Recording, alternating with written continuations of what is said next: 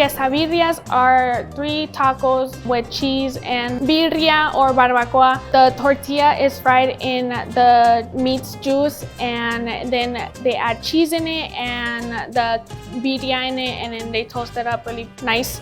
It comes with the consomme, which is the meat's juice, and you just dip it in there. You can have it with cilantro and onion, and then salsa if you want on the side. It's a really popular item ever since like last year when it came viral on TikTok. Everywhere was quesadillas, birria this, birria that, and it was just one of our most popular items. The restaurant idea came when my dad opened the food truck, which was really popular. The food truck sat out here for 3 months, and then we had to stop because winter came and it's cold. And then a couple years after, he decided to open this, and 9 years later, we're still here.